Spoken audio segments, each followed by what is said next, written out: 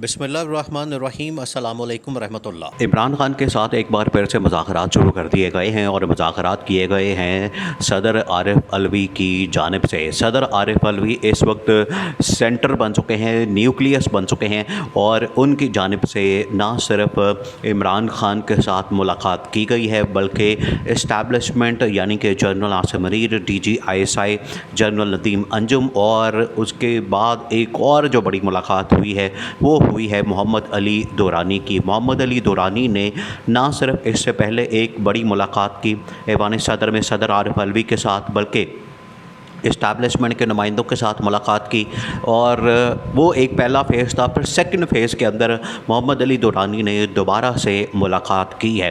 तो ये जो बड़ी बड़ी मुलाकातें, और वहीं से एक ख़बर निकली कि सदर ने इमरान खान के साथ रात गए बहुत अहम तरीन मुलाकात की है। तो ये जो 4-5 बड़ी मुलाकातें हो रही हैं, बैकडोर चैनल के ऊपर बातचीत हो रही है, मुज़ाकरात हो रहे हैं, डिप्लोमेसी हो रही है, टेबल टॉक्स हो रही हैं, आखिरकार इनमें क्या चल रहा है और इसके अंदर क्या ऐसी चीज़ है और इमरान खान को क्या कन्वे किया गया है और इमरान खान ने कौन सा मैसेज कन्वे किया है और किस चीज़ के ऊपर आखिरकार ये इत्तफ़ाक़ हो सकता है, मुआहिदा हो सकता है, एग्रीमेंट हो सकता है और चीज़ें स्टेबल हो सकती हैं और इमरान खान रिहा हो सकता है। ये बहुत बड़ी खुशखबरी है।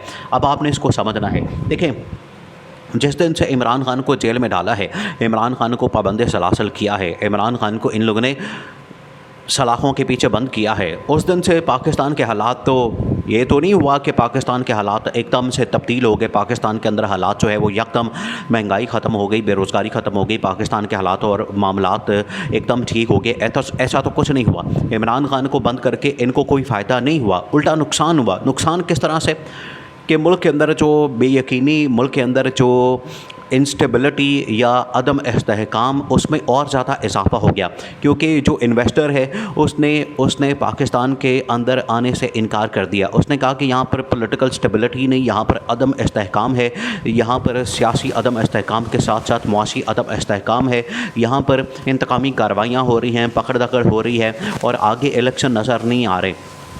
इस वजह से इन्वेस्टर ने तो पाकिस्तान आने से इनकार कर दिया और उसने पाकिस्तान के अंदर इन्वेस्टमेंट करने से माजरत कर ली। इसमें बड़े बड़े इन्वेस्टर शामिल हैं और वो उस लेवल के, टॉप लेवल के, जिस तरह से सऊदी क्राउन प्रिंस मोहम्मद बिन सलमान, उन्होंने वादा किया हुआ है पाकिस्तान के अंदर इन्वेस्टमेंट का, लेकिन पहले पाकिस्तान के हालात व वाक़यात आपको ठीक करने पड़ेंगे। बिल्कुल इसी तरीके से UAE ने वादा किया हुआ है कि हमने पाकिस्तान के अंदर इन्वेस्टमेंट करनी है, लेकिन यहाँ पर पाकिस्तान में अभी उसको सही तरह से हालात साजगार नज़र नहीं आ रहे। इसी तरह से चाइना ने और बहुत से ममालिक ने। तो अगर पाकिस्तान के अंदर आप इसी तरह से हालात रखेंगे तो फिर सारी इन्वेस्टमेंट कहाँ चली जाएगी? आपके हमसाया मुल्क भारत में चली जाएगी।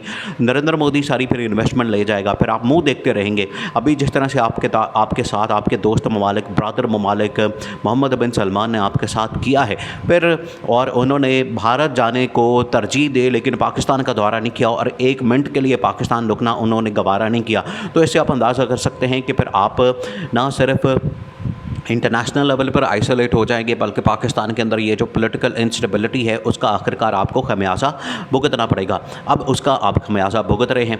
अब इस वजह से मुज़ाकरात खोले गए हैं, बातचीत खोली गई है। और जब जनरल आसिम मुनीर ने कारोबारी लोगों के साथ मुलाकातें की थी, वहाँ पर जो समझदार कारोबारी शख्सियात हैं, समझदार, कुछ लोग तो ऐसे ही गैर आइनी, गैर कानूनी बातें कर रहे थे कि वो निगरान सेटअप चलते रहना चाहिए, वो इसी तरह की एक हुकूमत रहनी चाहिए। उनको पाकिस्तान के आइन और कानून का अंदाज़ा नहीं, वो पाकिस्तान के आइन और कानून को समझते नहीं। इस वजह से उनकी जानिब से इस तरह की बेबुनियाद किस्म की बातें की गई।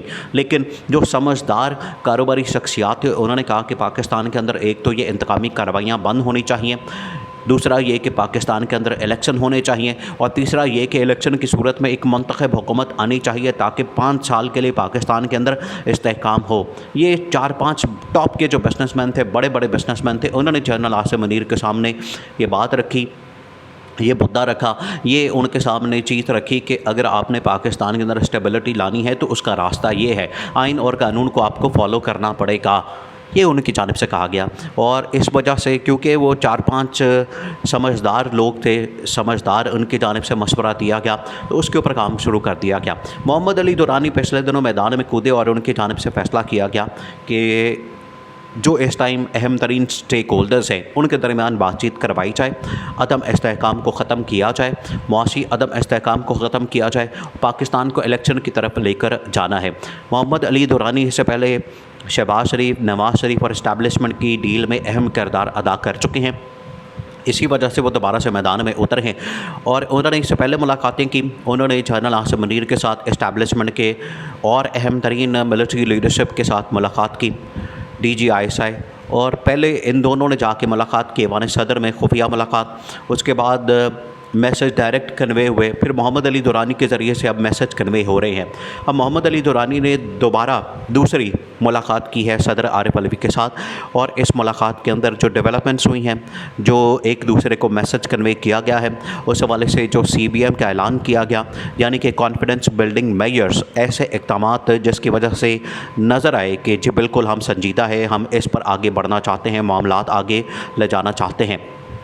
इस तरह के इक़दामात करके मामलात को आगे बढ़ा के हमने चीज़ों को बेहतर करना है। तो ये CBM जब तमाम डेवलपमेंट्स हुई तो उस पर मोहम्मद अली दुरानी की जानिब से सदर को आगाह किया गया। सदर ने इस दौरान इमरान खान के साथ एक 3 घंटे की मुलाकात की है। 3 घंटे की ये जो बड़ी मुलाकात हुई है, खुफिया मुलाकात हुई है, रात के अंधेरे में मुलाकात हुई है और सदर ने ना सिर्फ इस्टेब्लिशमेंट का पैगाम पहुँचाया है बल्कि इमरान खान का जो मैसेज है वो पहुंचाया है। अब इसमें 2-3 अहम तरीन चीज़ें हैं।